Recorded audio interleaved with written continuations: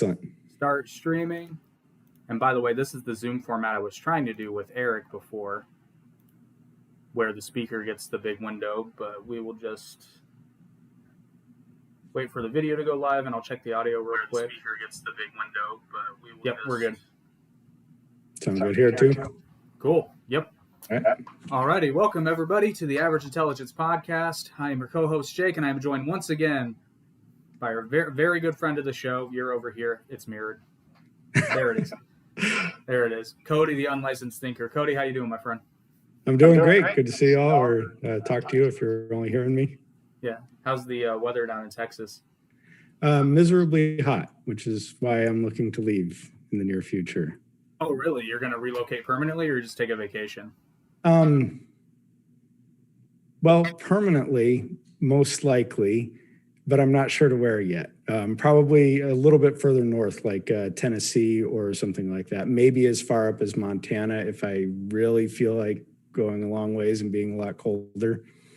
Strike me as somebody that would be happy in Montana, myself included, though, because I kind of like the idea of looking out 20 square miles and there not being another soul sometimes. Yes, exactly. As long as I have a good internet connection and my cat up there. Yeah, you can't see mine, but I'm looking at my cat tree, and my cat is sleeping at the moment.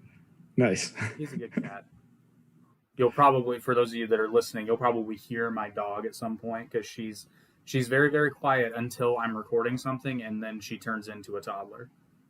Well, fortunately, that's part of the joy in life is the interruptions, whether they be from animals or whatever. Yeah, some viewers of the Down the Middle podcast literally got a bird's eye view or a close-up of my cat's asshole, so it happens. Yeah, that's been on a couple of my videos too, and I just didn't cut it out because I'm like, well... There's something to be said. Plus, then you can put cat video in the tags, so get more views that way. Yeah. All right, well, we'll get into the meat of this tonight. We're probably going to get canceled. Because we are going to be talking. We're not that big yet to get canceled, but we're going to be talking about the red pill and MGTOW, specifically the philosophy behind it, and kind of like, and we were just talking about this before we went live. Basically, like, we don't want to dwell too much on the dating and sex aspect of this, more so like just the philosophy in general. But dating and sex are going to come up just because of how prevalent it is in the space, where we're going to try not to stick to that. There's tons of podcasts and videos on YouTube if you want more of the dating. But I encourage you to listen to this because you have two people that have thought long and hard about this before we ascribed to it. And I wouldn't even say we've fully ascribed. We've just I've taken parts that I think make sense and incorporated them and gotten rid of the garbage, which I'm sure you've done too. Mm-hmm. Alrighty, so you said, if I remember correctly, on the podcast, which, by the way, you can go back and watch the full episode on the Average Intelligence Podcast YouTube channel, as well as listen to the entire thing on Spotify and other various audio streaming platforms. Links are below in the description, as well as Cody's channel. Check it out. He has great videos. Not to get off topic, but I did want to give you a bit of a shout out. Your last video about naming the demon, so good. Oh, well, thank you. Yeah. I'm always impressed with your videos and how good you are at delivering. And you don't have to answer if you don't want to, but do you write scripts or do you just go off the cuff? I've tried writing scripts and I've found that I really don't like it that much. So most of my stuff is just off the cuff. I might throw up, like if it's a bigger topic and I want to hit several points, I might throw up a little reminder. But that's usually the most that I do. And most of the time it's just, I just turn on my camera and like I get an idea, I turn on my camera and start talking. And that's about it. I'm so jealous because literally, like I found I tried to do off the cuff and it was a disaster for my edited videos, particularly the von Steuben one that I just did. That was hard. It came across as kind of a joke, but I kind of made it a joke. But I literally could not remember the other state in Germany where he went to after the Prussian army downsized, basically. I literally couldn't remember it, so I decided to just make a joke out of it and grab the script and look at it. I like that one. That one caught me, like, like usually I at least have some awareness of these historical people or events. I've at least heard of them in most cases. That one had somehow totally bypassed me. Never even remember it coming up. They don't really teach it, and I'm not sure why. And I'm sure like the average dissenter would be like, well, it's because he was gay. And I'm like, well, if they looked the other way in 1778, I think that later on and it's not like he's not known. There's, as I said in the video, there's tons of towns and counties named after the guy. But that's the whole point of that series, is I want to shine a light on these people whose contributions are not small, but for some reason they just don't get as much attention. Mm-hmm. But I digress. Back to the red pill. So you said in the last video we did with you that were you more of the MGTOW guy, or would you say you're more kind of like even between red pill and MGTOW? In which that's kind of an unfair question, because MGTOW is kind of an extension of red pill philosophy. Yeah, so definitely I am into a lot of the red pill philosophy, and I identify with a lot of the MGTOW stuff. As far as, and we kind of covered this in the last podcast, but as far as why I don't date, those do have some factors in them. But for me, it's outside of that. For me, it has to do with personal growth. And so long as I'm with someone, I'm always going to want to please that other person, which is actually one of the big topics of MGTOW and red pill, is the amount that men love pleasing women.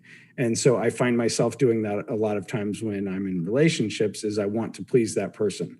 Not always good at it. I don't want to come across as like I'm the perfect partner here, but I do find that I know that person has an expectation of me to do certain things when I wake up in the morning or whatever, or throughout the day.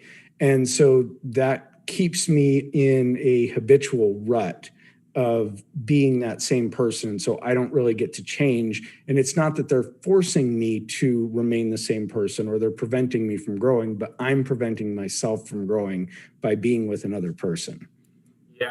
And what you just said there, I think is important to touch on, because that's a common thing you hear in less formal discussions about red pill philosophy, because a lot of time there is blame put on women for various problems, whether that be, being held back, as it were. But I'm glad you said it that way, because the blame is not on the woman or the partner in the relationship. But I'm just going to go ahead and make kind of a disclaimer. During this discussion, we're going to be generalizing a lot, with the assumption that we're talking about male and female heterosexual relationships, because that's the widest, demographic group that comes into play in red pill philosophy. Yeah. And caveats are just a waste of time anyways, for the most part. When you're talking about broad categories like this, and again, that's where a lot of times discussions about red pill philosophy and MGTOW get derailed, because somebody's always got like an outlier. It's like, well, I've been married to my wife happily for 40 years. First of all, you're probably not all that happy. And if you are, good for you. You're an outlier. You cracked. Oh, actually, I would love to cut in there and talk about that. So that's one of the notes that I wanted to make sure that I spoke about, and this is a perfect opportunity for that, is we do have a tendency to turn to those people who have been married for however many years and kind of say, well, you just don't know any better, or you're probably not that happy. And granted, they may not be. They may not be, but there is a different kind of happiness that they get. And so and I forget who said it, but comparison is the thief of joy.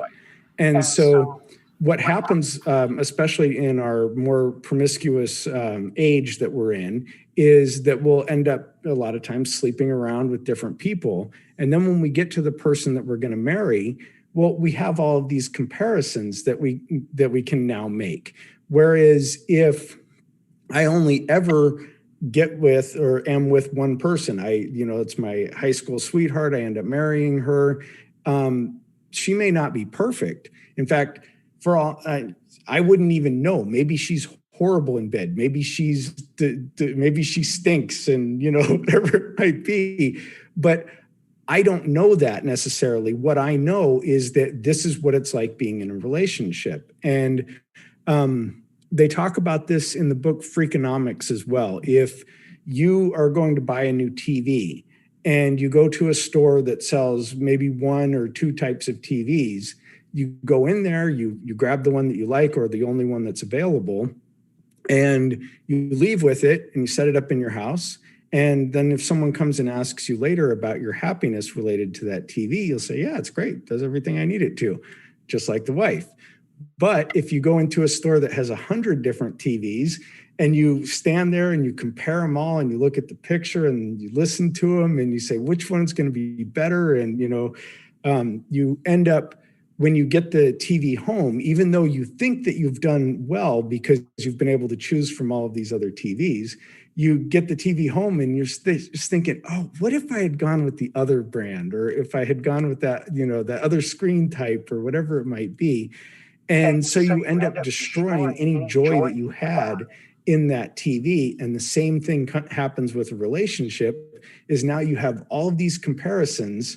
And so now you look at the person that you're with, whether you're a man or a woman, it doesn't really matter. You're looking at the one that you're with and you're going, yeah, but what if I had gotten with that other person, or, whatever it might be. And so we actually do a lot of destroying our own joy through all of this stuff that we think is going to make us happy because it's very hedonistic.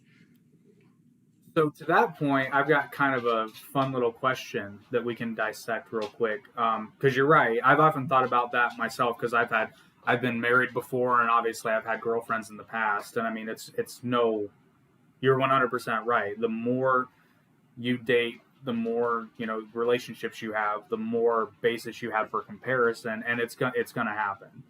Because I'm not trying to be disparaging, but like, out of all my past relationships, there have been pros and cons to each one, and the temptation is always there to kind of compare, even though I try not to, because we're all human beings and we're all different. Right. Yeah, like you said, when you have that large of a pool to choose from, other than one or two, you're going to make some comparisons, and women do the same, which is what I want to get into. Because I touched on the candy store example on the last video. Not going to go into it. You can check out in the previous video. But do you suspect that is why, and this is, I don't want to speak out of turn here, but from the data that I've seen, it does seem that women tend to be less happy over time in long-term relationships. And do you think that has something to do with how much comparison they have, if in fact they have not married like their high school sweetheart and have had maybe one or two relationships? Because actually those women statistically tend to be quite happy, men too. So right. It's not a gender thing. Mm-hmm. But given what we know about mate selection in females in 21st century Western culture, do you think that might have a little bit to do with it, being that they have so many choices and they agonize over? Oh, absolutely. Yeah. It's like, how could we not? So, you want to give everyone the freedom to be a new person, because you want to give yourself the freedom to be a new person as well. But I think there's more to it than just the relationship part of it. And it also has to do with you hear about a lot of this stuff about the amounts of money that people make. And so here's, I wasn't really going to put this in there until maybe later and treat it its own thing, but I suppose it'll work now. And I think that what's happening in society nowadays is that women are becoming more masculinized and men are becoming more feminized. And again, I'm not immune to this. I grew up with hippie parents, so there was a lot of not treated like a girl. I was still treated very much like a boy or a man, but there was a lot of feminization, which isn't necessarily bad. It's just that what I think we end up lacking in a lot of relationships is that we forget that if I am masculine, I enable or I give the opportunity for the woman to fulfill her nature and to be feminine. And when she behaves in a feminine manner, then she gives me the opportunity to be masculine. And so I think a lot of times in relationships, because we haven't fixed that masculine feminine dynamic, and we're not really allowing the other people to be that thing, they're still looking for that thing. So the man is still looking for the opportunity to be masculine, but the woman has been taught to be more masculine. And so she's not giving him that opportunity to do that. And the same goes the other way as well. So the woman isn't being allowed to fulfill her nature because in a lot of ways the man is more masculine, more feminine. And so as time goes on, you start seeking, you feel like there's a loss, like there's a hole in you somewhere. And you, instead of really fixing the problem by becoming more masculine or feminine as is appropriate, you blame the other person and you say, oh, well, it must be because of them. Whereas if a man just started acting more masculine or a woman more feminine, they'd find that their partner would fill in the holes and everyone would be much happier.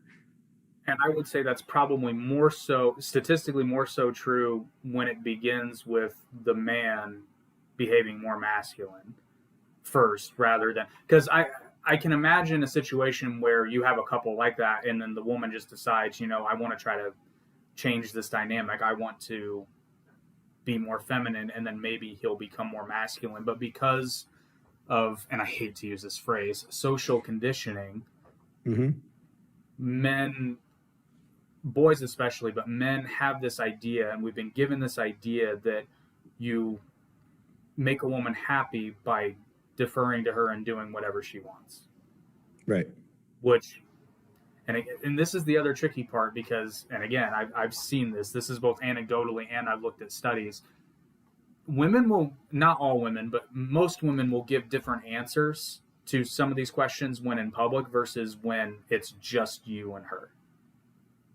Because I can't tell you how many times, either in the form of like a video on YouTube or an interview, or even in my own experience where I'm just talking to a woman and literally she puts on that,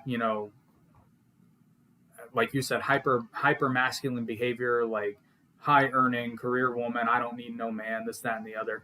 But then in private, her answers change drastically. When asked, well, how would you, how would you like men to approach you in public? Oh my God, I would love that, but nobody does. It's like, well, there's multiple reasons why men probably don't walk up to you in public, not least of which being that you probably put on an air of don't fucking talk to me. And then have you heard the problem with that? Sorry, sorry to interject here. The problem with that is that that resting bitch face, it attracts two different kinds of people. It attracts those that are completely socially inept and don't understand that you're giving off a bad attitude, or it attracts people who don't care that you're giving off a bad attitude, and which are the obnoxious people that are going to annoy you. And so anyone who does that is shooting themselves in the foot. Yeah. Like, you're way better off smiling. Yeah. Well, and I admit too, I've been told I have resting dick face apparently, where like I just look like an asshole, but it's just my face. But I actually made a conscious effort a few months back, and it's been going pretty well to smile more. So yes, women, it's not just you that are told you should smile. I was told so many times, it's like, you should smile more. I'm like, well, you know what? Maybe there's something to that, because maybe I give off this vibe that I'm just a prick. And apparently I did. So congratulations, everyone. If you see me in public now, I'm probably going to smile more. Funny enough, I actually did make a video about that not too long ago, about people getting all pissy when someone says you should smile more. Really, what you're mad about is that you didn't think of it first. Because who wants to walk around being pissy? Yeah, and we don't like it when people point out shortcomings, even though it's not really a shortcoming. It's more like, I didn't realize I was doing it, but even I took it as an insult. It's like, what do you mean smile more? I smile. I'm not a jerk. And it's like, I'm not a jerk. But then I really started observing myself and thinking like, yeah, maybe I am giving off this like don't talk to me vibe. Yeah. And fun fact, I was. But then going back to what you were saying too about, and I prefer, and this is just my own preference, I prefer to use the term betatization of men rather than feminization. And the only reason I say that is because it's not so much that they're becoming, but believe me, they are becoming more feminine in the sense that more feminine behavior. But I prefer betaization because it's like it's still a man, but he is deferring rather than actually losing masculinity. Men are electing not to assert their masculinity. And I can already hear the feminists, the toxic feminists, not the real feminists. Because feminism is not inherently a bad thing. It's just what it's become has, and especially the loud feminism, like actual feminism had and has its place. But what's out there now is, it's not doing anybody any favors. Yeah, the same thing can be said for like the MGTOW community and the men's rights advocacy community. Is it's good up to a point. And then what you start doing is, you have all these guys out there complaining about how horrible women are. And really, I mean, be honest, a lot of them, it's like, well, I wish I could get a date, but the truth is that you can't. And the reason that you can't is because you've got such a bad attitude about women. And any woman's going to look at you and go, yeah, I'm not touching that. The same as any guy would look at a feminist and go, no. Well, the problem is they have a bad attitude about women, and plus they're blaming women for their undesirability. And trust me, I've seen some of these dudes, and even I'm like, yeah, bro, if I were a girl, I wouldn't talk to you either. Right. And that's ties back into red pill philosophy. So for me, more than anything, taking the metaphorical red pill, more than anything to me, is saying I'm no longer going to accept this fairy tale that I was given. I'm instead going to look at the world the way it actually is. And even though it might suck, it's the way the world is, and I have to live in it. And there are things that are just true. And it's unfortunate, but it's just true. And one of those things is that if you're talking about the difference between men and women in terms of, I hate to use the word because I didn't want to talk about women, but it brings up the dichotomy. The things like sexual marketplace value, women are born with value, men have to create it. And that's just a fact. And a lot of men resent this fact because it means you have to work. You're not just going to wake up one day and be desirable. You have to work. And I can understand. And that's all throughout nature too. Correct. Yeah. Well, except for, well, no, you're right. I was going to make a lion joke, but it's like, no, the male lion actually does provide something, and he has to be strong, and he has to be dominant, and he has to be aggressive, because if he's not, he gets killed. Yeah. Exactly. And then the male birds build the nests, the male birds have the big feathers and all of that. So it is sort of an acceptance of where we fall into nature. Just like I said about the nature of men and women and the masculine and the feminine, we want to be in that role. So men want to be the provider. And so now that women are becoming the providers, which that's a whole big mess of value based on when you double the workforce, you half the value of that workforce. And so when women all moved into the workforce, now the work is worth less money. So now both people have to work. And so now it's really hard to get that opportunity where one person can stay home, which is, of course, usually the woman. But men want to fulfill that role of being the provider. It's just what we do. We want to be the provider, and usually women want to be the nurturers. And that's not really our thing. We're like, yeah, give me the kid when his butt's clean or something, and I'll play baseball with him. Well, but you touch on something that, again, this is an uncomfortable truth, that this one, it seems to me that this one isn't so much people don't talk about it, it's that people realize it too late. And that's the fact. You're talking about, raising children. And I think most people would agree that in an ideal setting where money was no option, most women who have children would, given the opportunity, be happy staying at home raising their children, at least when they were young. And then maybe they want to go back to work when they're a little bit older. But I've just heard an overwhelming amount of, expecting and, mothers with young children say either I'm glad or I wish I could stay home with my kids when they were this young. Mm-hmm. But we, men and women, have been fed this narrative that, well, women can Women can be bosses, and of course they can. Does anybody really with a straight face say they can't? I mean, it's been done. But what we don't talk about are the consequences of those decisions, which are valid decisions. Nobody's saying they're not, but let's talk about the flip side of that coin. If a woman has a desire to raise her children, she is going to want a partner that facilitates that desire.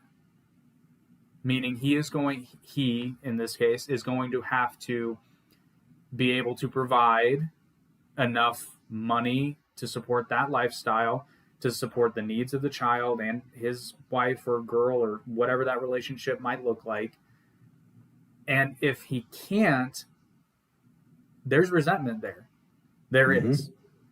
And that resentment, and this is why, one of the many reasons why, they say, actually it's higher. I think it's about 60% now. 60%, 50 to 60% of marriages end in divorce. And the number one cause that leads to divorce is money. And I think it's 80% of the time the divorce is initiated by the woman. Yeah. Uncomfortable truth. And again, I don't think it's so much that they don't talk about it. I think people just realize it too late because, again, we're plugged into this. Yes, I use the blue pill terminology. We're plugged into this idea that we've been sold. And very often, most people don't have that wake up moment where they're like, wait a minute, something's not jiving here. And it usually takes something really, really bad. Usually it's a divorce, from what I've seen, that causes, if men do end up taking the red pill, it's usually after something like a catastrophic divorce or a really bad breakup or a custody battle that's, just broken him. Yeah. Actually, this is one of the points where all of this that's happening with society right now is far worse for women than it is for men, because men can go and we go and we work. It's kind of what we do. You plow the field, or you go out hunting, or you go to your office job, whatever it might be. And that's just sort of built into us that we do that. And what society has done, which is absolutely horrible to women as far as I can tell, is that it said you need to have a career before you have children. Well, that's totally backwards, because when women have the most energy and are the most vibrant is when they should be, number one, when they can have the healthiest children, but number two, when they can be taking care of those children with the most energy possible. And they have a vested interest in the outcome of those children.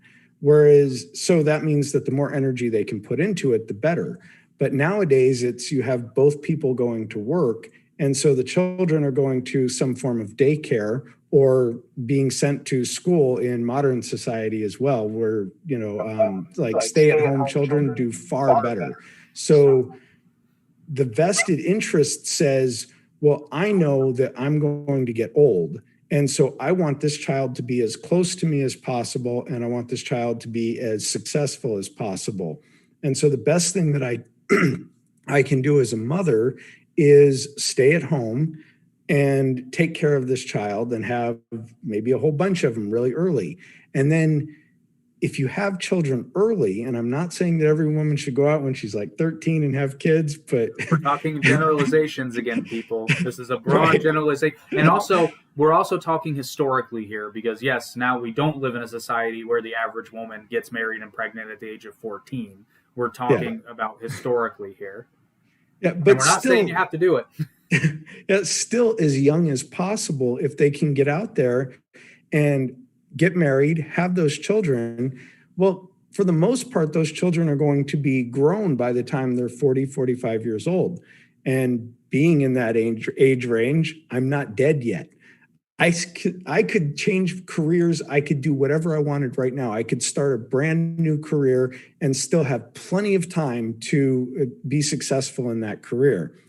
And I could have already, as if I were a woman, I could have already raised the children, have the children out there trying to succeed on their own. And now I could be going and building my name for myself, having already done that. And then I would never have that feeling like, well, I have to hurry up, or I'm going to miss out on something, or I have missed out on something. I would just be able to relax into it. And of course, traditionally with the man fulfilling his role of going to work as is traditional, he would be happy to continue that usually, because then, at that point, then you have grandkids that start showing up or whatever it might be. And so those roles just evolve, but now we've just totally smacked them all down, and there is no real organization to it anymore. Right. And again, take this one with a huge grain of salt, because this is coming from someone that doesn't have kids, but I would think that situation is more ideal to the man also, because it's been my experience, and what people have told me is that men really have an innate desire for two types of legacies. One of those is, making a dent in the universe, what you might call the professional legacy, although professional is probably not the right word, but like he wants to leave a mark.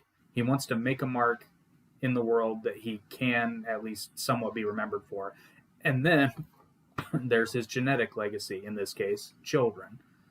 So if one of those is already, again, taken care of earlier, and those children are grown and raised, then he is also free to devote more energy to his professional legacy as well. And he has something to leave behind for those kids, which I think most men would agree at the end of the day, that's what gets us up in the morning more often than not.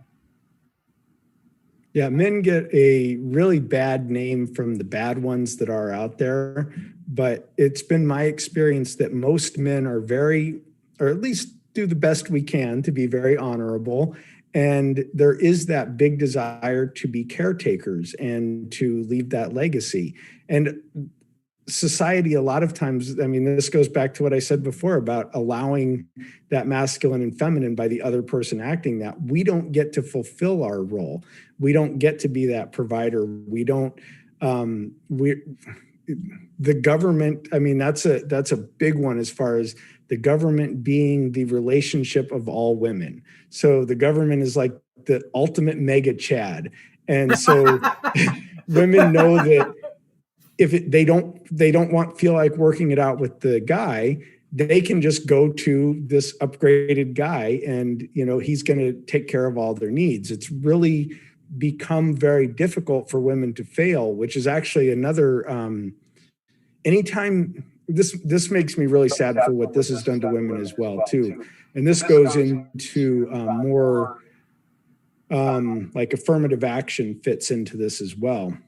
Is anytime you don't allow someone to fail, you infantilize them. You keep them at a more childhood level. So us both being white men, if we succeed, it's we know that we know that we did it on our own. But then outside of that, if someone is a minority or a woman, they'll never know that they succeeded outside of being helped by the government in some way. And so they always have that like I said, that giga Chad that they can run to, and they never have to worry about failing, whereas especially white men really do. So because what you take responsibility for, you can control, you can change, you can own it, you can fix it, whatever it is.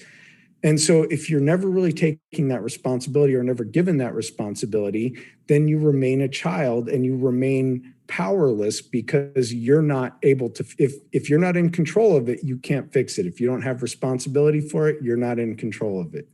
And so it makes me very sad to see this being done to women and them fighting for it to be done to them. I'm like, stop it. Well, and let's take that a step further, because like you were saying, like let's hypothetical situation here. Let's say you've got, and I'm not even going to bring race into it because it's kind of irrelevant for this, but like let's say you've got a man and a woman, equal academic achievement, pretty much equal upbringing, but they both want to start a business. And, they take the plunge, they do the risk, both of their businesses fail. So the man's only real recourse is to re-enter the job market. Now, depending on how long, and I'm speaking from experience here, depending on how long he was in business for himself, that might have been extremely detrimental to him getting a job, because I worked for a small business for 8 years. And for 2 of those 8 years, I was trying to get a job. But the problem with working for a small business or having your own business is on your resume, it doesn't count. It doesn't count. Especially if you have your own business. If you worked for yourself on a resume, it doesn't count. Because employers, and I don't think they intentionally do this, but they're skeptical of people that have an entrepreneurial spirit, because they know they're probably less likely going to fall in line. They're going to, or at least they're afraid they're going to go against the grain. And in all likelihood, they would. That's why they were entrepreneurs. They got tired of working for somebody else. It's why I started my own business, because I didn't like having a boss. On the flip side, you have the woman in question, and this is actually, no, it probably doesn't even matter how old she is. If things absolutely go to shit for her, like let's say she can't attract a male benefactor, let's say, or she can't fall back on like her parents or her father to help take care of her. I mean, as long as she's reasonably attractive, at the end of the day, she could always start an OnlyFans. Mm-hmm. And I mean, right there.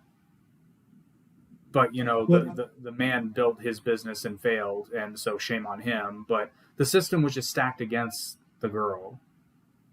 It's not fair, so she should be helped. And I guarantee you almost every time that situation happens, that's how it falls into place. I'm not saying the girl gets an OnlyFans, but she's usually looked upon like, well, the system cheated her. It's because she's a woman. Well, that's one of the things that I talk about is whatever this points at is where your power is. And so in your scenario, when that man fails at the business, he doesn't have anyone else to point at. I mean, I suppose he could if he wanted, but it's more likely that he's going to point at himself and he's going to say, I could have done this better. I could have changed this. I could have worked harder, whatever it is. Well, no, and so he's going to point at himself. I don't mean to interrupt you, but I'm going to take that a step further. And I will agree. Most men probably wouldn't point at themselves. Well, entrepreneurial men probably would, but let's say in this second. So even if he did point the finger at somebody else, particularly, and trigger warning, especially if he was a heterosexual white man, if he did point the finger at somebody else, even other men would look at him and be like, nah, bro. Right. You just failed. Well, and that's a kindness that we do to each other too. Because people don't get that. Yeah, if we're friends and you try to pull that bullshit and you're like, oh, it's because of that, I'd be like, oh, no, you went out and got drunk every fucking day and don't give me that shit. You're the one whose hours of operation were noon to 4 every day. Right. Like, don't come at me with that bullshit. You're the one who thought you could become a rapper with no musical talent whatsoever. Yeah, that's our kind toxic masculinity right there. It seems mean, but it's kind. Well, but here's the thing, and this is funny, because while I do agree there are some masculine behaviors that could be considered toxic, they would be toxic whether or not they were being perpetrated by a man or a woman. But I think a lot of things become toxic when the audience changes. So, for example, in that, if our buddy's business fails and it's because he's incompetent, we tell him, it's like, well, man, like, you're complaining, but you were really quite bad at that. Maybe you should, think about doing something else. Mm-hmm. But insert a woman into that. Now we're bullying her. Right. Now we're being chauvinistic because, once again, the deck is stacked against her. It's like, I mean, maybe it depends on the situation, but on the whole, in 2021, probably not. In fact, she probably had some advantages over her male counterparts in a similar situation. Yeah, but you can see very easily the disservice that does to those women is because that's taking their power away from them. So, women talk about wanting to be empowered. Well, empowered is, it's my fault. I can change it. It's me. I did it. All of those things pointing back at me, that's empowerment. That's saying all of this was my fault or finding a way to make it my fault. Because when we encourage women, it's the opposite of empowerment. What a lot of people do when they say, "Oh no, honey, it's not your fault. The deck was stacked against you. There's no way you could have survived in a man's world." Well, you could have worked harder. Until she does. Until she does Yeah. survive in a man's world, and then it was like, "Oh, look at you. You're a boss bitch. You're a this, that, the other." It's like, well, no, she's just a boss like anybody else would be, because she worked her ass off. She was smart. She adapted to the market when it changed. You know, these are all things that have nothing to do with her gender, but just because she's a woman, she gets that extra credit, so to speak. Because the joke I always say is, you know what you call a boss bitch with a penis? A boss.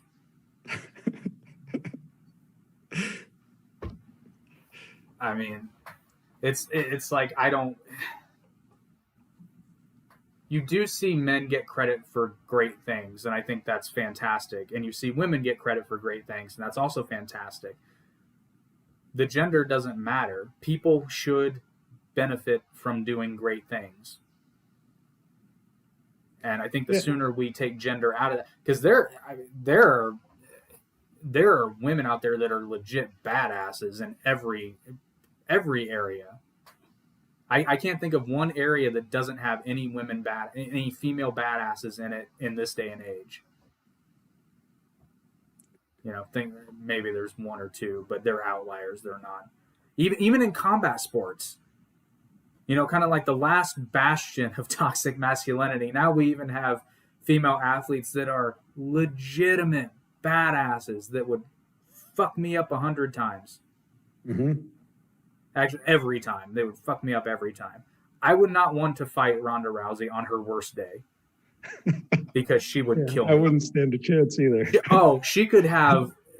It'd be fun to try, but I wouldn't stand a chance. It wouldn't be fun at all to try. That would hurt.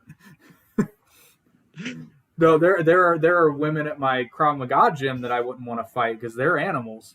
They've also been doing it for a hell of a lot longer than I am, and they're strong. They'll fuck you up. But I love learning from them, because, again, pound per pound, they're smaller, so their technique is on point. Now, don't get me wrong, they're strong, but they could fuck up your average 200-plus pound guy if they wanted to. Well, that's another interesting thing about the difference between men and women is, if you take your dead average woman, as far as strength goes, she's going to be weaker than 50% of women. Just pound per pound, and then she's going to be also weaker than most all men, pretty much all men.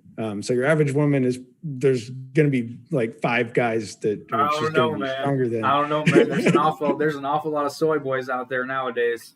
Well, nowadays, yes. But I try to put myself in that position too. And there's a reason why men exist, and we are as biologically expensive as we are. We are very biologically expensive in order to put on muscle, and it's harder on a woman to have a male child than it is to have a female child, because we suck up all those resources. It's what we do.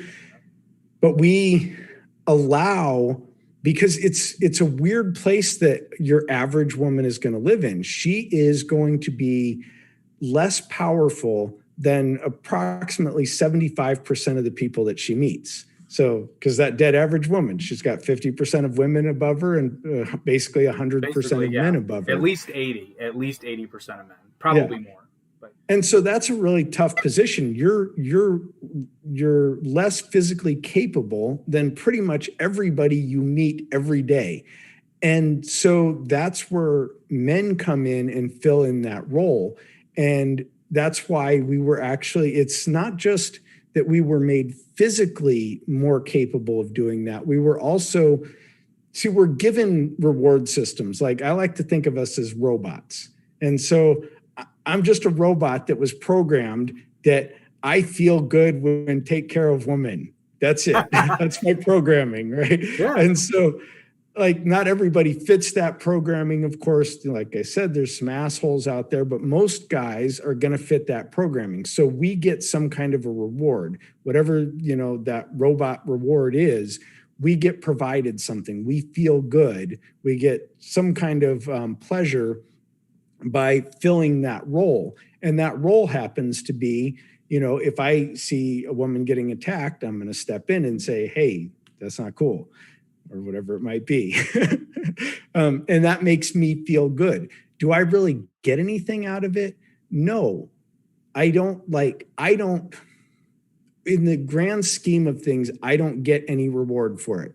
She doesn't pay me to protect her or something like that. I just feel good for doing that. I feel honorable. Honorable feels good. I get, my pleasure centers get activated and I'm like, hey, I'm so cool. And so women are basically allowed to not have to be as generally biologically expensive for themselves or their parents. Men fill that role so that women can take over and birth children, so that is when they are biologically expensive, and they are also even less capable of defending themselves. So men are set up in the physical and mental ways to take care of women. And all we ask is that you let us do it. Let us do it. And I would add to that, just give us a sense of peace in our own home. Because I can tell you from experience, there's absolutely nothing worse than having a woman in your house that does nothing but piss you off day in and day out for no good reason.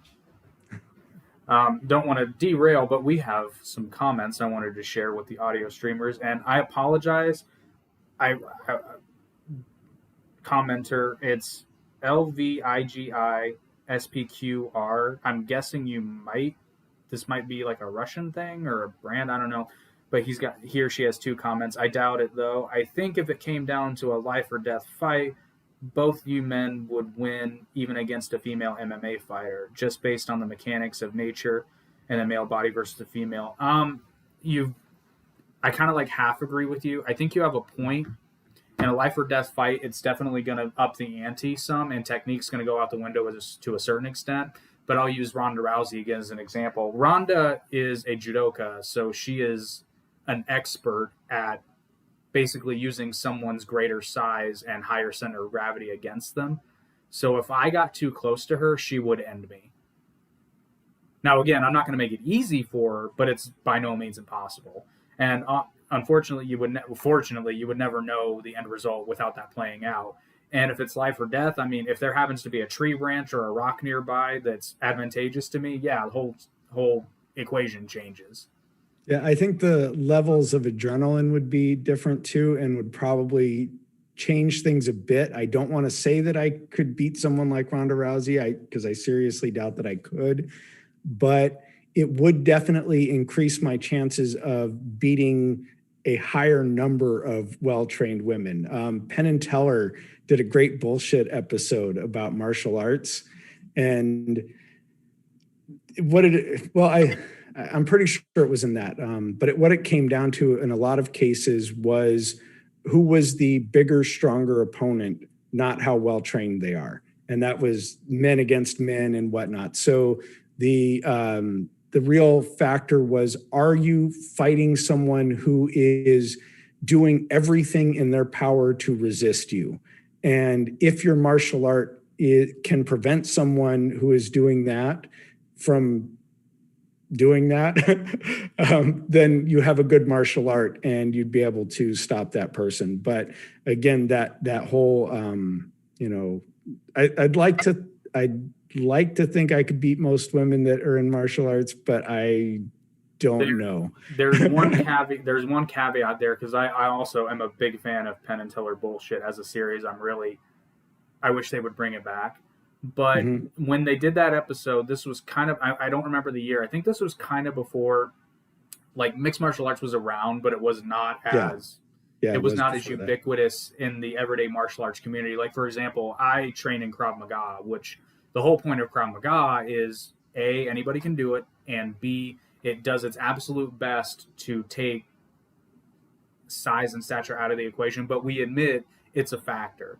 For example, if I'm squaring up with a dude that's 250 pounds and 6'6", I'm probably going to get my ass kicked, so I should leave.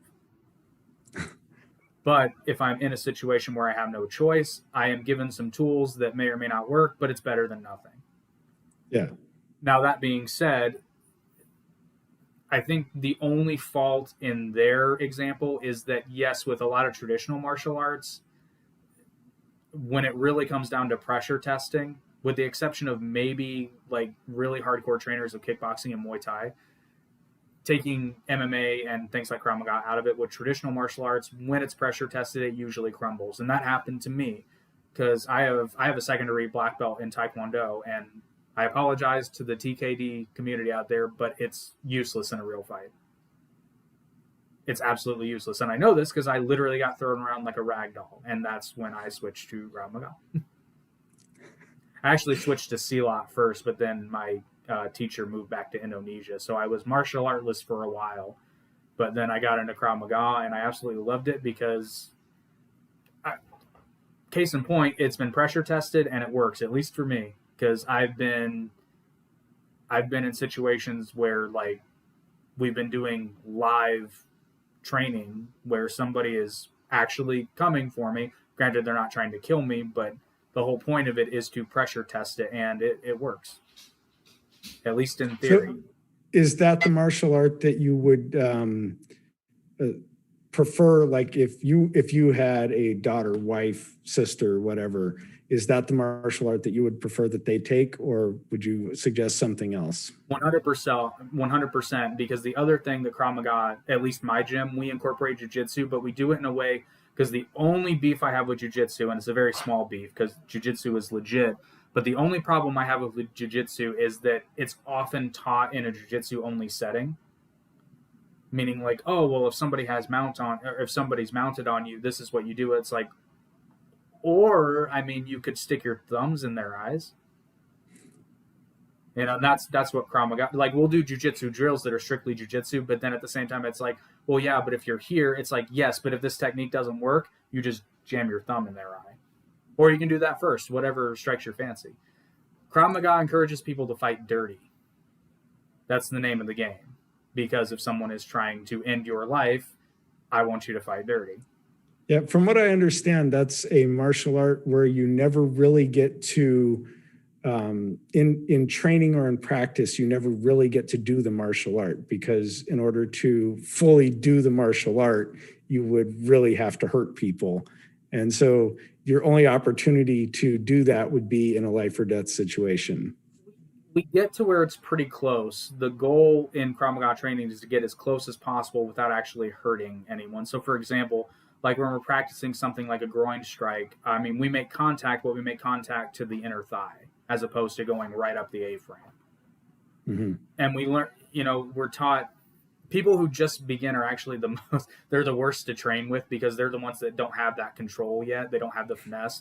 So I've been kicked in the nuts. I've been punched in the face. I've been, you know, it happens. But literally, and it's so funny because it's usually women that punch me in the face. But every time it happens, they like, oh my God, I'm so sorry. I'm like, no, that means it worked. You know, and I always tell them the same thing. I'm like, it's not the first time I've been punched in the face, and it won't be the last. True. But as opposed to a traditional martial art where you're standing 3 feet apart and expect all these spinning, jumping kicks to work, when in reality, all the person has to do is move. Yeah. And you said there was another comment? What's that? No, same one. I thought he would respond. I kind of really want to know where this guy's from now, because if he's from Russia, I'd love to know. No, because we had a gentleman by the name of Manfred from Austria. I believe it was on, I don't remember what episode it was, but that was a lot of fun talking to him. But anyway, back to the red pill. And so I talked to you before we went live, and I wanted to kind of touch on this. For me personally, the red pill philosophy, like I said, is, for me at least, is more about realizing the world is a certain way and then living in it. And mm-hmm. it certainly helped me in my social life, even outside of relationships and dating and whatnot. It helped me in my personal life and my professional life because, again, we get fed this narrative about how we should behave and how we should treat people and how we should always be accommodating, this, that. And yes, we should to a certain extent, but I've told the story before too. Like, I've literally told a customer to go fuck themselves. And this really funny thing happened after I did that, because this guy was writing me nonstop. And then all of a sudden, I told him to go to hell. And now he talks to me the nicest. And to quote Jordan Peterson, if you can't negotiate with someone unless you can tell them to go to hell. Right.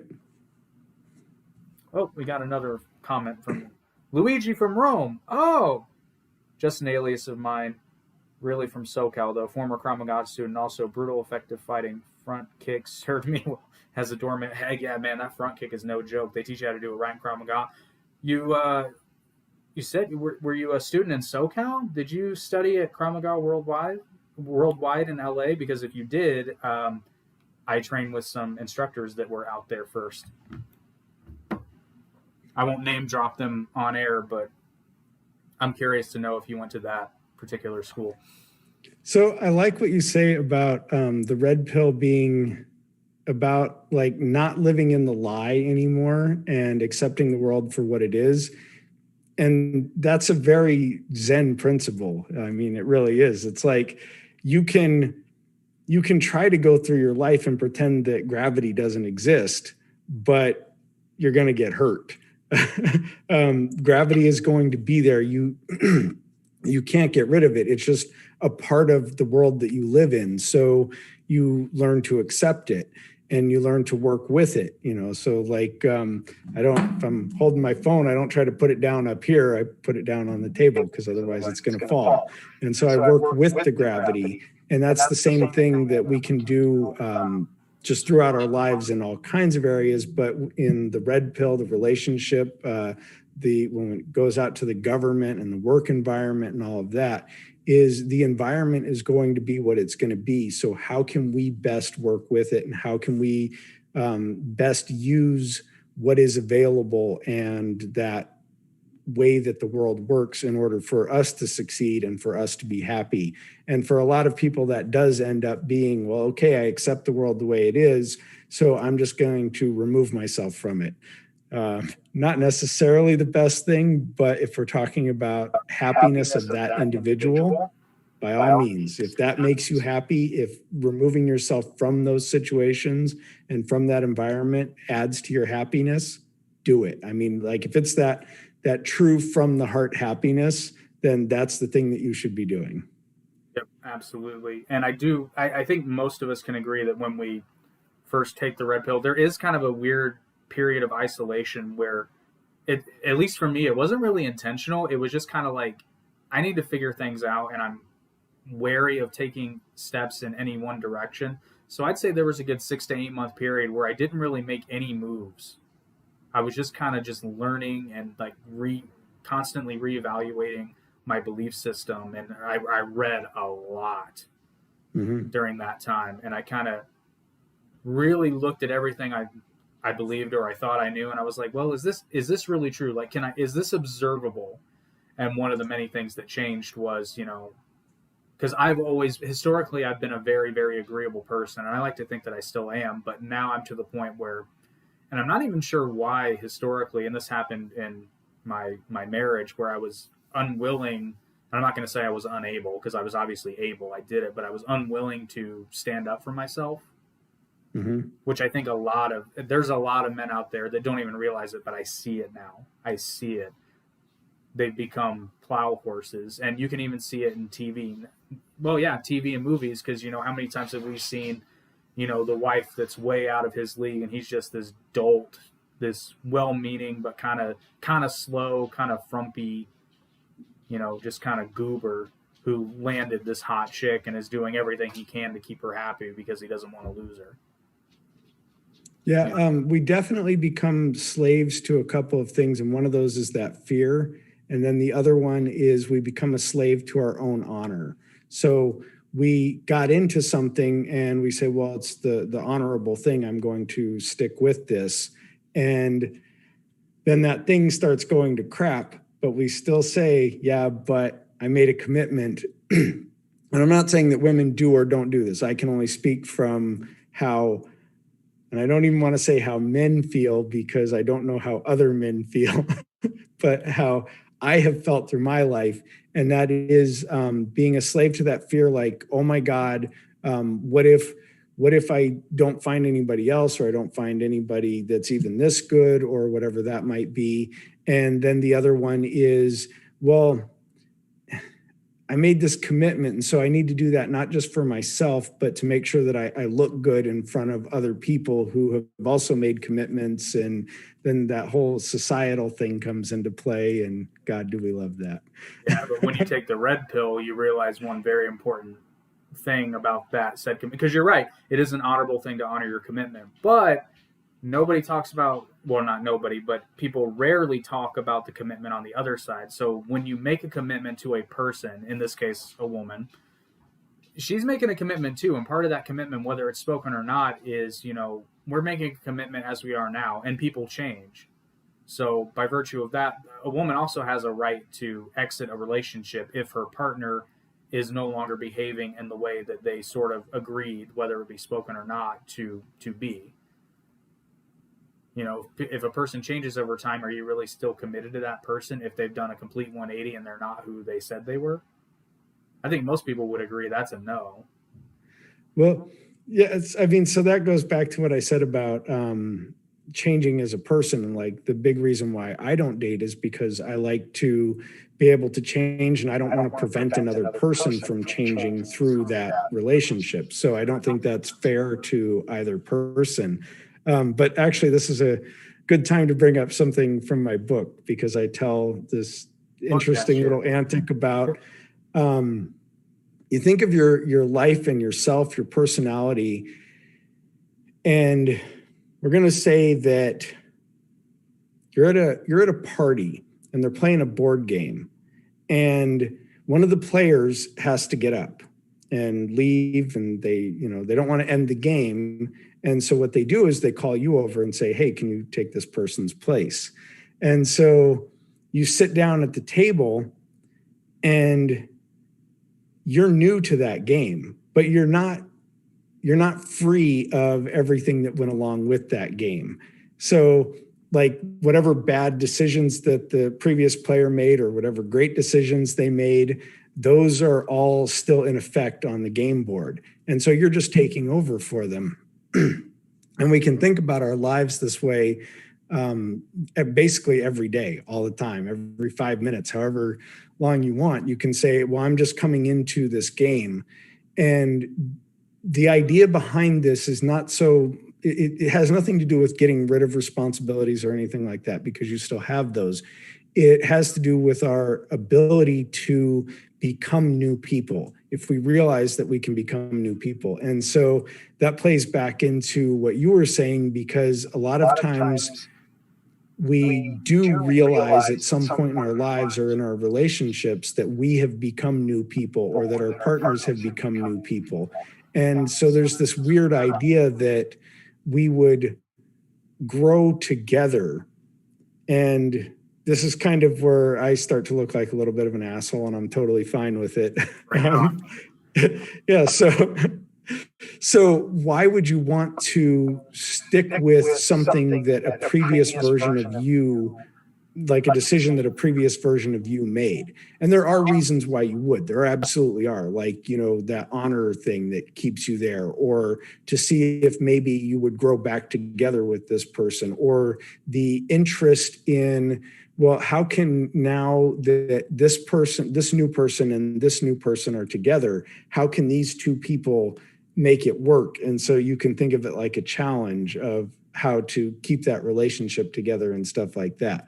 So again, the part where I say, I kind of look like an asshole is where I say, well, why would there be any expectation that me as a new person should have to be with this person that old me picked, or old me was in a relationship with? So I can counter myself, but again, that's why I avoid relationships.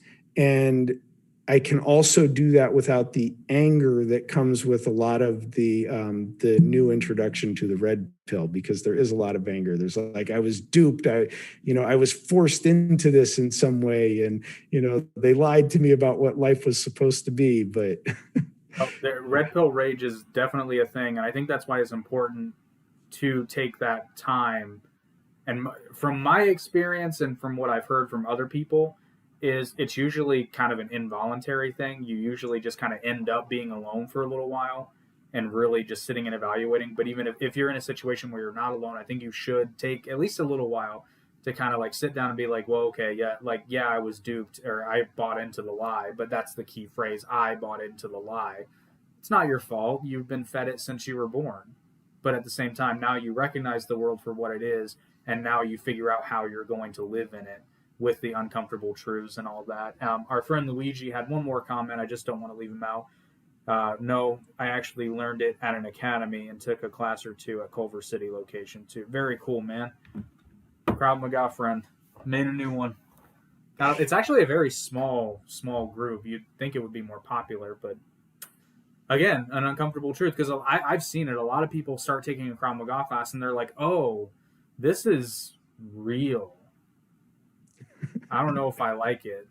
It's rough. I'm not going to lie. It's rough. So it's the red pill of martial arts? It's the red pill of martial arts. It really is, though, if you think about it, because honestly, like, again, I had a second-degree black belt in Taekwondo, and with the exception, little tangent, but I'll explain why. So I think Taekwondo is a great first martial art to get a foundation, because the benefits are you learn how to use your legs. Because probably the one thing that I took out of Taekwondo that serves me well today is the kicks are legit. You can't use a lot of them, but the basic ones are legit. But as far as everything else, and the Taekwondo self-defenses, at least the ones that I learned, are a joke. Like they don't work.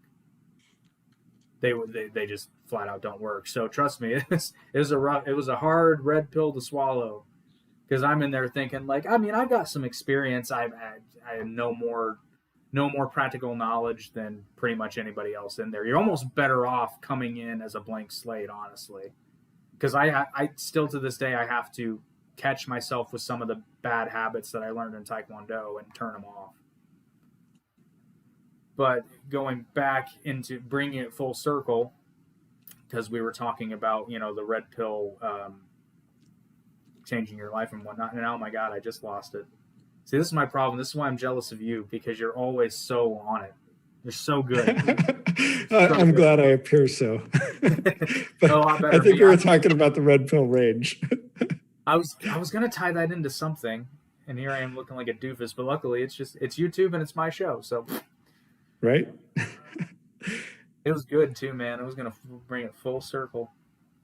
Yeah, your view of me, although appreciated, is not the view that I have of me when I'm walking around and can't remember why I went into the kitchen. Oh, I do that too. Legitimately, I do that too. 100% do that too. I'll start rambling about something else I wanted to talk about, and it'll probably come back to me. But where the other thing that I really dislike about the red pill community, and I don't really want to call it that, but I can't think of a better word, is it seems to be almost exclusively occupied by men. And even when women are in the space, it's more of like, well, how can you be better for a man? And I think women would do well to kind of take that red pill, because it'll get rid of a lot of the misinformation that they've been spoon fed, that honestly, like you said earlier, is legitimately keeping them down, because they're being told day in and day out, well, society is a patriarchy and it's out to get you, so you probably shouldn't even bother trying to succeed or do this or do that, because the man's out to get you. When in reality, there are a number of fields that are screaming to get women into them. Well, you actually make a fantastic point there, because, I mean, don't we all want to know more about the society that we live in and more about ourselves? So men can learn a lot in the Red Pill MGTOW community about themselves, about how men work and about how women work. But I don't think that women are paying enough attention to what they can learn from it, where like they can learn a lot about their own nature. And as men learn more, as we learn more about our own nature, we understand what's good about it, what's bad about it, what we do and don't like. And anything that you can you can point to and you can recognize and you can accept, those are all things that allow you to take better control over it. So if women can learn anything from it, and maybe it's not all correct, who knows, who cares? But if you can learn something from it about your nature, or even we'll just say about how your nature is perceived, then you have an additional tool that you can use for self-knowledge. And so a lot of times it's just shot down as this is horrible. And, granted, that happens on the other side too, of, a lot of men looking at, feminism and going, oh, that's just a bunch of crap. I don't even need to hear what they have to say. But I think the more that we listen, the more the more tools we have and the better we can be ourselves. We don't have to agree with everything that we hear, which is something that people are amazed by all the time. No, it's because there are parts of the red pill and MGTOW philosophy, especially, that I'm like, well, that sounds kind of goofy. I don't know about that, but again, I don't dismiss it. I look at it, and ultimately, I decide whether or not it's for me. But even if it's not for me, it might work great for Brad over there. He might really need this part. It does fall in line very amazingly with what evolutionary biologists and evolutionary psychologists say. They very much align with what MGTOW and Red Pill say, and about the nature of both men and women. So it's not bullshit. Oh no, I even just in my own experience, I can tell you the vast majority of it is not bullshit. It rings true. And I remembered what I was going to go into. So perfect segue. It accomplished its goal.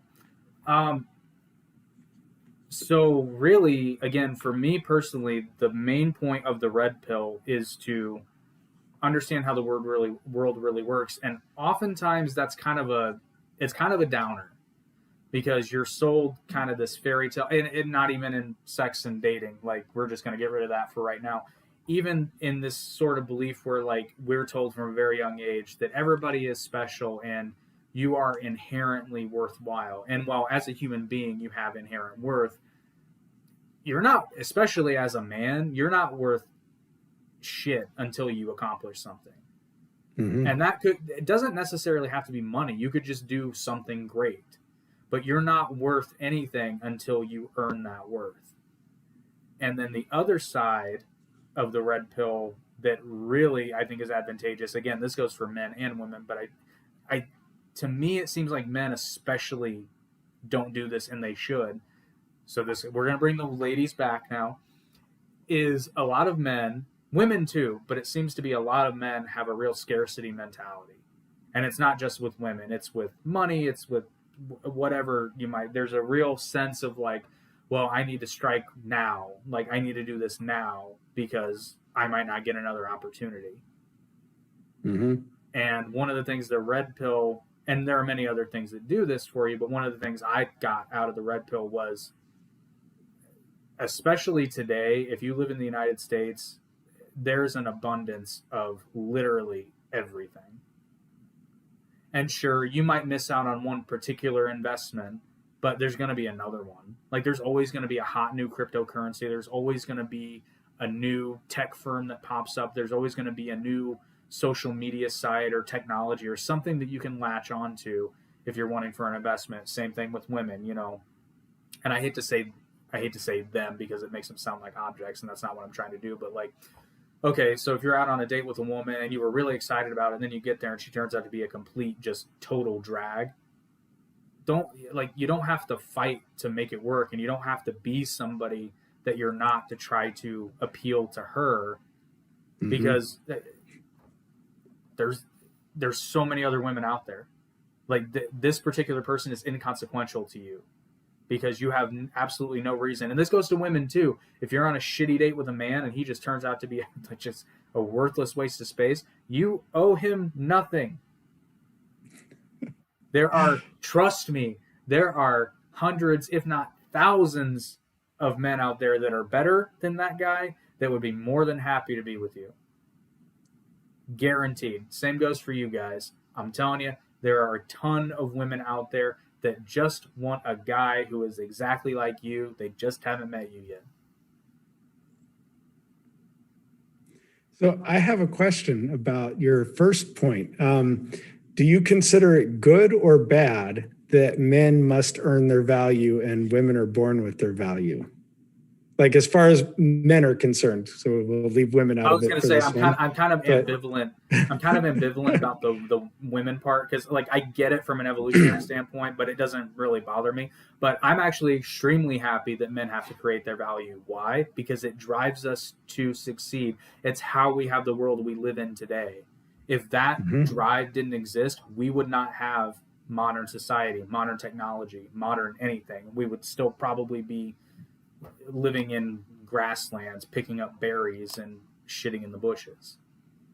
Yeah, But just even terrible people like we'll take Genghis Khan, where there's a lot of people nowadays that are related to Genghis Khan because he was, well, inappropriate in many ways, but he went through all of that so that he could put his seed into as many women as possible. So even someone like that was out conquering as many places as possible had a motivation to do it and had a motivation to go that far because of women. not Not even the greatest not the in, greatest guy in the world, in, but still motivated by the same thing. in the Khan's case, it had a little bit more to do with than that, but the drive remains the same. But here's another unpopular viewpoint that gets me in trouble sometimes, but it's true. So the only reason we hold Genghis Khan in ill regard, well, there's two reasons. One, we're holding him up to today's standards, which obviously today that would not fly. He was far from the only person that conquered and pillaged and raped Oh yeah, and yeah. destroyed. He Just was the just name that came to mind. he was just really good at it. Yeah. He succeeded at it, you know, and we don't give. It's kind of not fair to compare him to ancient Rome though, because they did play by a different set of rules, but they did terrible things. But Mm-hmm. and this is the one that gets me in trouble. By today's standards, they did terrible things. By standards of the ancient world, Rome was pretty lenient. They were pretty nice about it for the most part. Like, yes, I understand they killed a lot of people.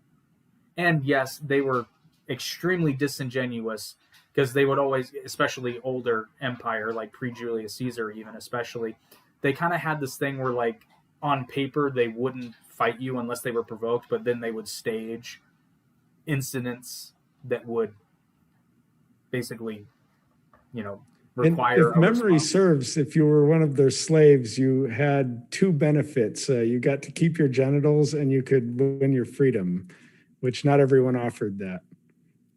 Not in the ancient world, no. Well, and then here's the so let's talk about Roman slavery, and I'm going to bring up the anecdotal one just for fun. You know, they had the practice of Saturnalia, which was done in fun, but you know they would literally it was kind of like a fun day where they would reverse roles, so the slave would become the master. Now, obviously, the slave couldn't go crazy because the next day they would be a slave again, so they had to keep it somewhat tempered, but they'd have fun with it. But again, you know, again, Rome gets a bad rap for, you know, having slaves, but the entire ancient world had slavery as a practice. And Rome, to my knowledge, might have been one of the very few places, I don't think it was the only place, but it was one of the very few places where you could buy your freedom. Because there were many, many people that bought or earned, particularly gladiators, but people in all walks of life were able to buy and or win their freedom. And once they did that, they were granted with all the same rights and privileges that any Roman. I don't remember if they became citizens per se, but there were various classifications. But they were given the rights of a free person within the empire, Mm-hmm. which for the rest of the world is kind of at that time is not the standard at all. Red pill awareness. You learn fun stuff because, and I'm telling you, because we were even talking about von Steuben at the beginning. History is not what you've been taught in elementary and high school. It's not. It's uglier, but it's also not quite as bad in some places. Again, when you there's a term it's actually in biblical study, academic biblical study, but I like to use it historically because it just makes sense. It's a German term called Sitz im Leben, which means situation in life. And whenever you're looking at something that happened in the past, you have to resist the temptation to look at it from modern standpoint, like modern views. And one of my favorite examples of this, it doesn't have much to do with the red pill, but it illustrates this perfectly. Are you familiar with Arminius? No.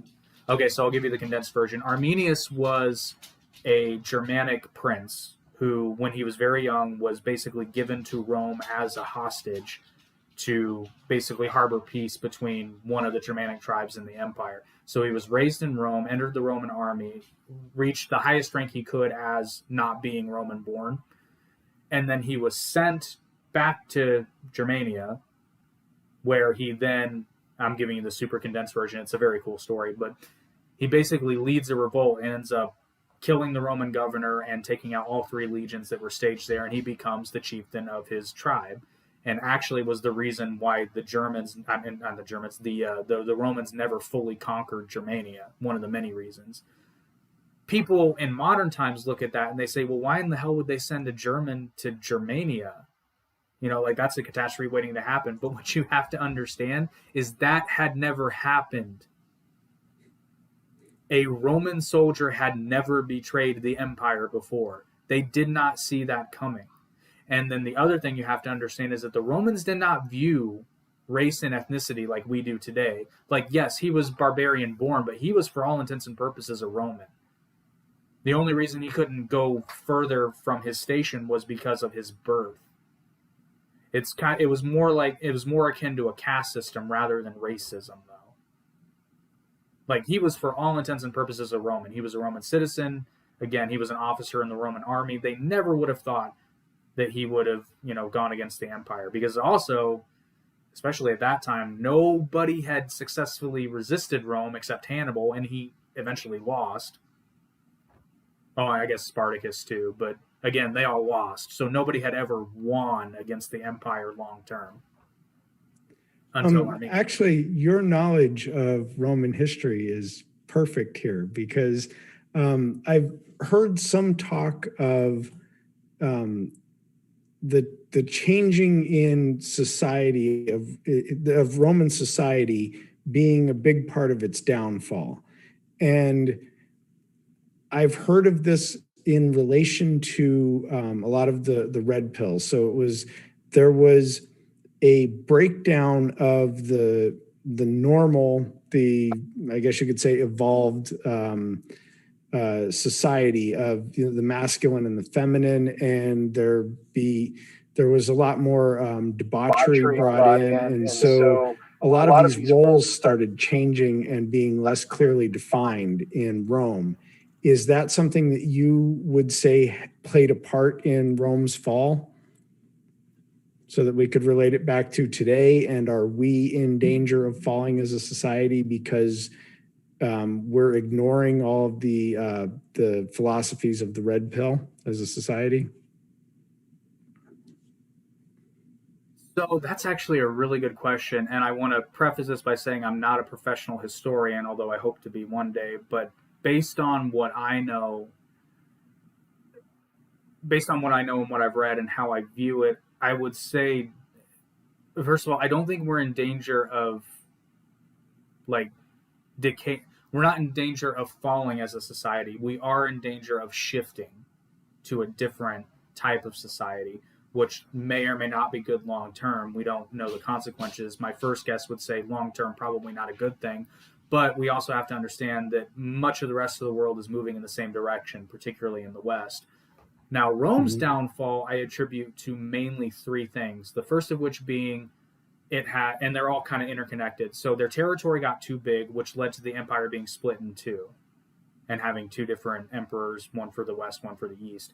The Western Roman Empire, which eventually fell, the Eastern became the Byzantine Empire, which actually lasted well past the Renaissance. But the Western Roman Empire basically was a victim of geography and the fact that, again, we were talking about Arminius not being treated as equal to a Roman citizen. And you brought up Genghis Khan, which is another big part of why the Western Empire eventually fell. But basically, they had a problem where they were integrating a bunch of these Gallic tribes into Roman lands to serve as kind of a buffer between the Huns and the Roman Empire. Their army was not what it used to be. In fact, a vast majority of it was made up of barbarian troops, because they just did not have enough Roman citizens that were Roman by birth, and they didn't adapt their policy enough to be able to incorporate those people fully into the empire. Had they done that with the full benefits and treatment, so basically if they had taken, I think one of the biggest tribes was the Visigoths. The Visigoths. They were incorporated into the empire's lands, but they were not incorporated as citizens. They were not welcomed, and they were exploited to no end, which they ended up revolting because of it. But condense it here. Rome made a bunch of promises to these people that they ended up not keeping, and basically alienated. They ended up sacking Rome, which officially ended the empire. I think it was the Vandals that ended up taking over Carthage and then eventually sacking Rome for the last time and completely getting rid of the Western Roman Empire. But the three big things are their borders were too big to manage with the military they had, which was directly influenced by the fact that they didn't adapt their policy, which is historically a shame because Rome was actually very good at adapting with the times up until a certain point, basically when they got too big for their britches.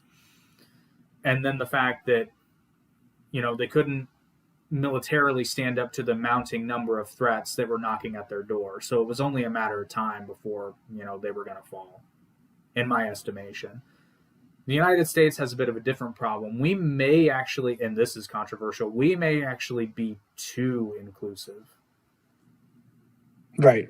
I mean, yeah, there's definite things about homogeneity, and the more homogenous a society is, the more trusting people are, which is, I mean, it sounds horrible and racist on the surface, but when you really look into it, it makes sense. Because if we're living out in a tribe or something like that where we evolved, and I see somebody coming and they look different, whether it be the clothes that they're wearing or the color of their skin or whatever it may be, it would be in my detriment to automatically trust them. For me to have some kind of distrust for them, or to immediately see them as, I don't know you, I don't know your intent, then that would save my life and probably save my tribe. So we're kind of built for xenophobia, but whether or not we turn that into racism is where the choice lies. But I think we're automatically set up for xenophobia.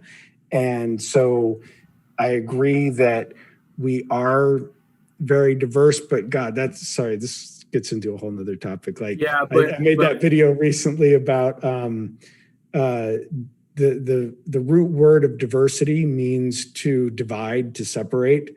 And so as we have more diversity, as we celebrate diversity more, we can't also celebrate unity, because unity is a bringing together, a making of one. And so they're opposite things. We're trying to go in two different directions. We're like, well, we want unity, but we want unity through diversity.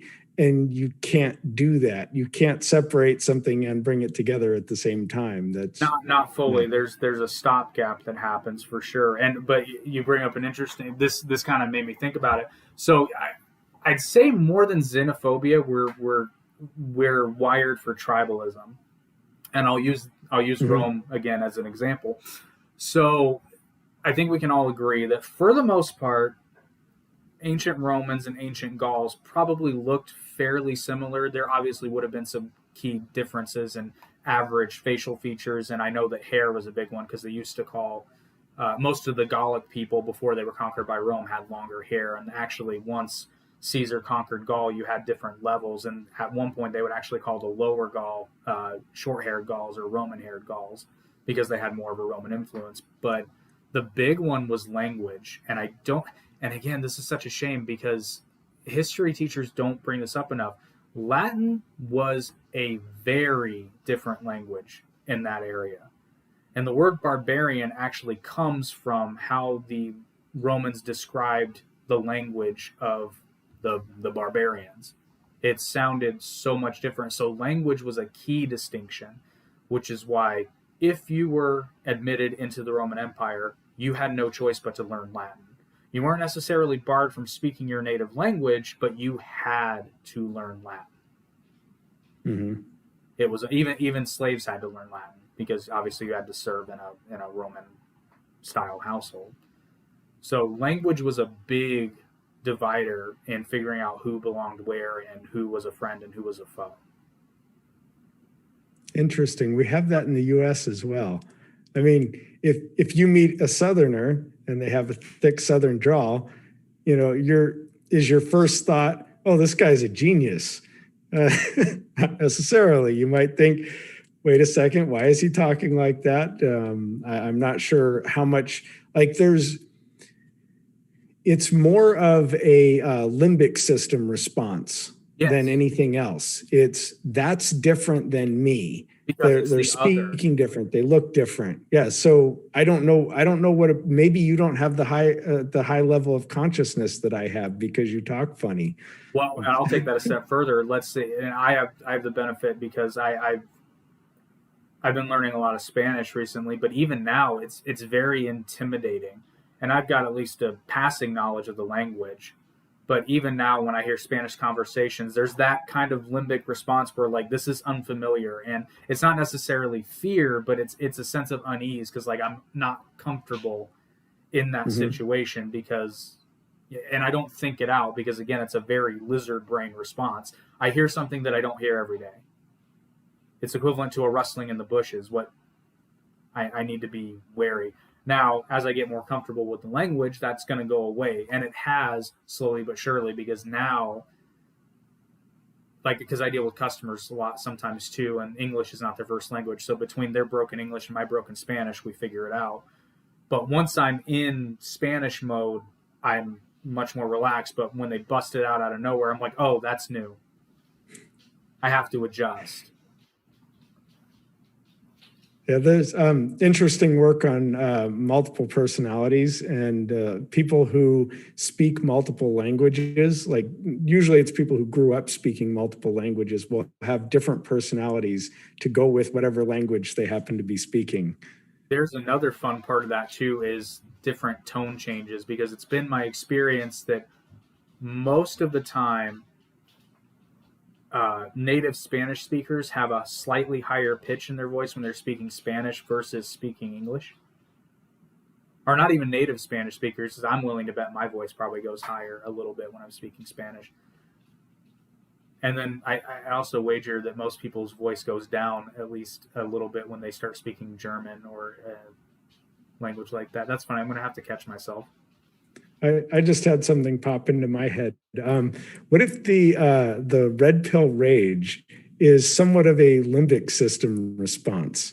Because limbic system is, so that's the first thing that you feel. You start learning about this red pill stuff, and of course you have denial first, but then you move into this rage state, and our limbic system is what moves fast because we need it to. So we need to respond with hate and anger and all of that immediately, whereas we don't need to respond with love immediately. And so I just find the whole thing interesting that we go from that rage, which is a limbic system response, to an acceptance of this is how the world is, which is more of a prefrontal cortex kind of processing. That makes a lot of sense. And then the other thing, and this is kind of I can see how some people might see this as a toxic trait of the red pill. I don't think it is. I think it's a survival thing. But this might tie into the limbic system connecting with the prefrontal cortex, where at least I found for me, I now, and it's unfortunate that we live in a world that's like this, but you cannot take what people say at face value because most people lie. And again, when you take the red pill, you become aware of this. So even if I'm talking to someone just in passing and they'll say something and I just kind of think to myself, I doubt that's true. Or they're at least inflating it. They're probably not. And I feel so bad kind of, I'm not calling any specific person out, but you see it all the time. Instagram's so bad, but LinkedIn is even worse for this, where people are like, oh yeah, or I'm trying to think of a really good example of this. Somebody's the CEO of a company, let's say.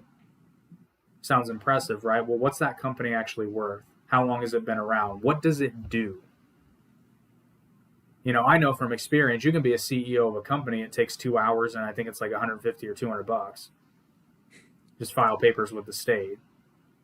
Like, congratulations, you're a CEO. But there's a perceived weight that carries that is not always the case. So the title in and of itself really doesn't mean anything. But there's that perceived status there that most people just latch onto, and they're like, oh, he's a CEO, so he must know what he's doing. He must be competent, which causes a lot of people to try to not necessarily fake it, but they inflate it. And a good example of this, and I swear to God, I'm not trying to flex. I'm just using an example because I can call myself out on my bullshit.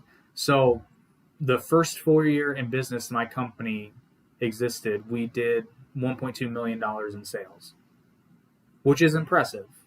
But I saw our books, and I know how well we really did. It ain't that impressive. But if I wanted to inflate that, I could say, oh, Eric's in the chat, CEO of ELE Investments. Oh, you named your company? Good for you, buddy. Nice. except Eric actually has something to be very proud of. His crypto rig is legit. Where was I going? Okay, but if I wanted to inflate that, I could say, yeah, I'm the owner of $1 million company. And I wouldn't necessarily be lying per se, but I'm being disingenuous because A, I'm not the sole owner, so I'm a co-owner.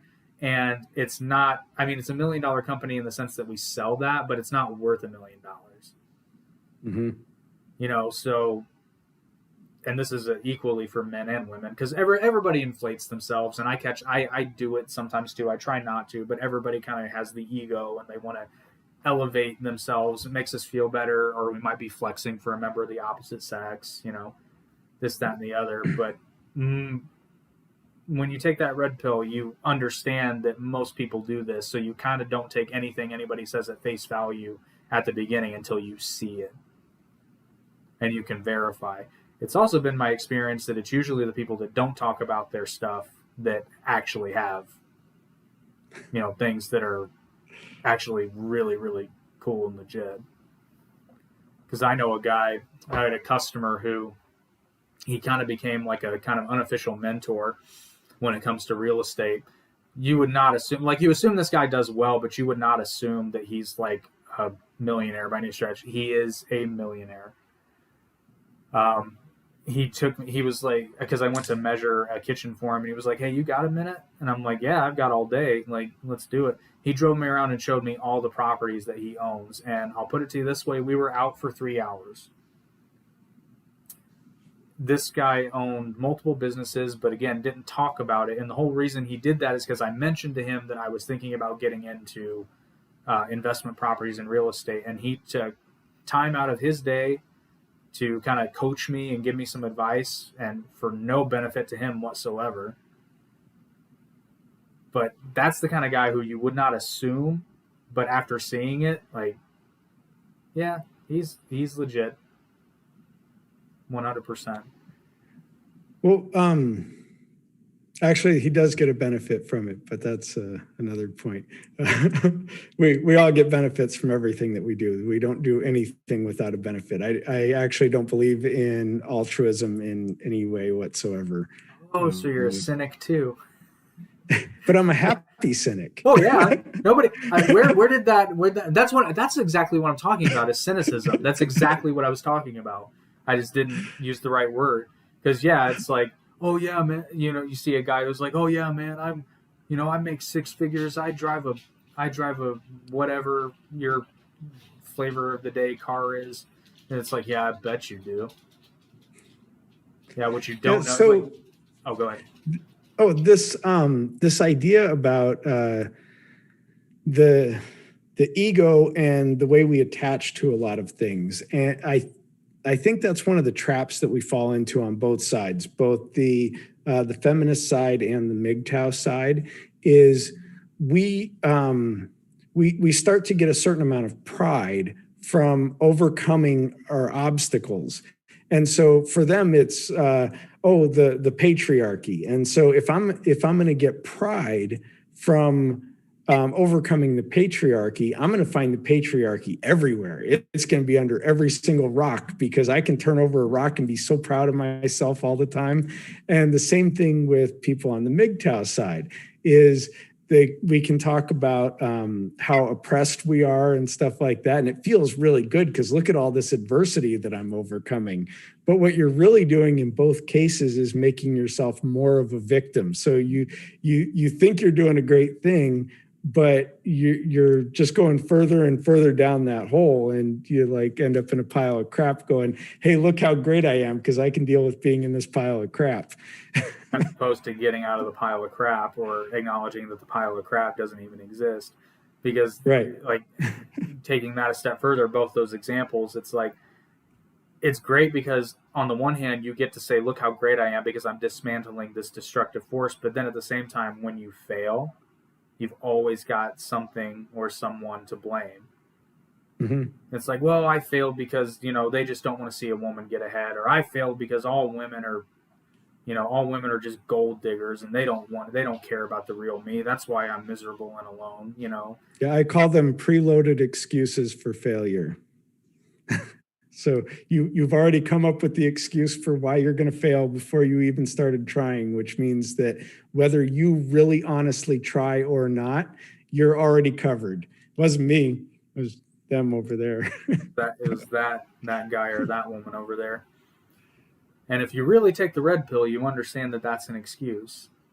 And you need to hold yourself accountable, which is, to me, the best part, is because at the end of the day, and it's funny, before I found red pill, I also heavily identified with existentialism as just kind of like not necessarily a moral philosophy, but just like a philosophy with how to see the world.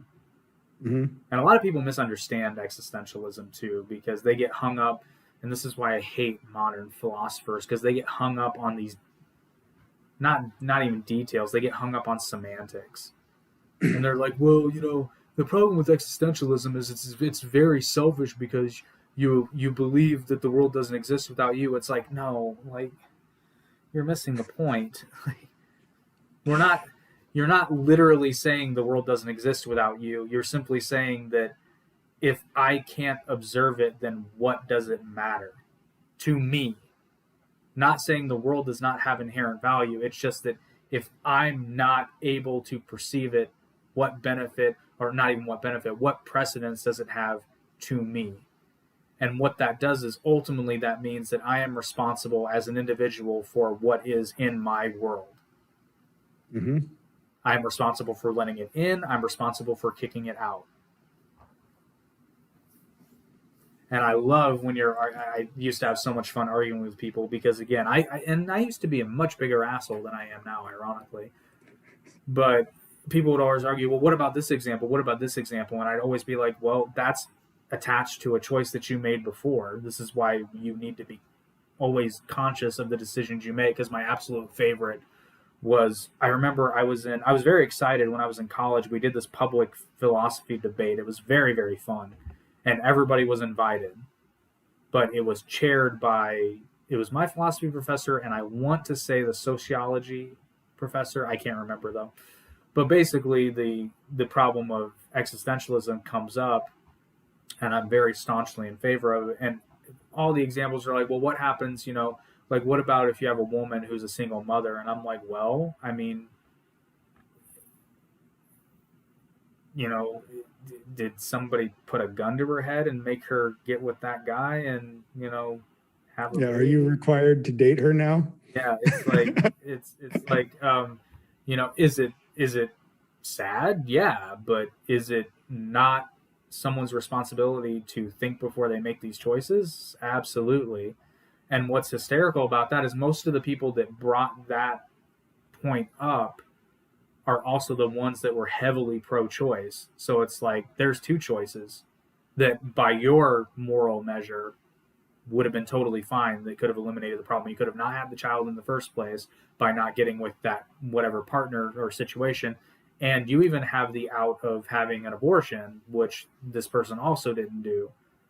So by your standards, they missed out twice, whereas with mine, they only missed out once. Right. So you're much kinder by being an asshole, but being an asshole has to do with intent, I think. I agree, but when I say asshole, and again, in my youth, I was much more concerned with being right as opposed to seeking the actual truth. I just wanted to win the argument, which I think all of us do when we are first in college or in our early 20s. We just want to be right and we want to be seen as smart. And then only later do we realize it's like, well, shit, I'm never going to know everything. So I'm probably better off just assuming that I don't know anything. And then, which is ironic because you first learn about Socrates and you don't get it until you're old. Mm-hmm. Then once you get older, you're like, oh, I see what he was doing there. Nobody could out debate Socrates because he never said anything stupid. Because I remember being in debates when I was younger, and I'd be like, "Oh shit, that was stupid. I hope they don't bring that up." And they always bring it up. Mm-hmm. But of course, you can't admit you're wrong, right? Because that would be an admission of not being perfect. So. Oh yeah, that's a really bad path that people start going down, and I a lot of times will just let people go down that path when they're arguing against me. So that I can bring it up later. Yeah. Well, you pull a Socrates, and I love, and again, I try to avoid debates with people. I like to have conversations more. I don't like to debate because usually when I'm debating, it's with someone whose mind will not be changed no matter what. True. But if I find myself in a debate, I pretty much go full Socrates and even then I get called out, be like, well, that's just a whataboutism. It's like, well, but can you answer the question? Because it kind of sounds like you can't answer the question. I've been called manipulative before for only asking questions and never stating an opinion. Oh, I know. Isn't that great? It's so frustrating. They were manipulative questions. Yeah, that's kind of the point. It's amazing. I think I'm going to wind this down here. We're getting there. But I just wanted to say in closing, it is hilarious how many times you run into intelligent people that have never come across the Socratic method. Mm-hmm. And it is literally one of the oldest debate styles, period. But yeah, I think you're right. I think we'll wrap it up here. Did you have any closing statements before I plug our stuff and we get out of here? No, just it came up. I can't remember if it was during the conversation or pre-conversation about smiling more. And I would recommend that to everyone. Just smile more. It makes the world feel a hell of a lot better. If nothing else, you look friendlier, and that can never hurt, right? Mm-hmm. Alrighty, so we'll wrap this up here. I hope everybody enjoyed it. If you'd like us to do this again with this kind of subject matter, just let us know in the comments or reach out to us. In the links below, we've got a link to Cody's channel, my channel, the various audio platforms. We're still having our crypto contest. There's a video with the details down below as well. And I think that'll just about do it. Cody, it's been a pleasure. Thanks for coming on. And I hope we have you on again soon. Yeah, I think we'll do this again, whether they like it or not. Talk to you later. We don't need them to like it. We're just going to do it. We'll see you on the next one, buddy. Have a good one. Bye.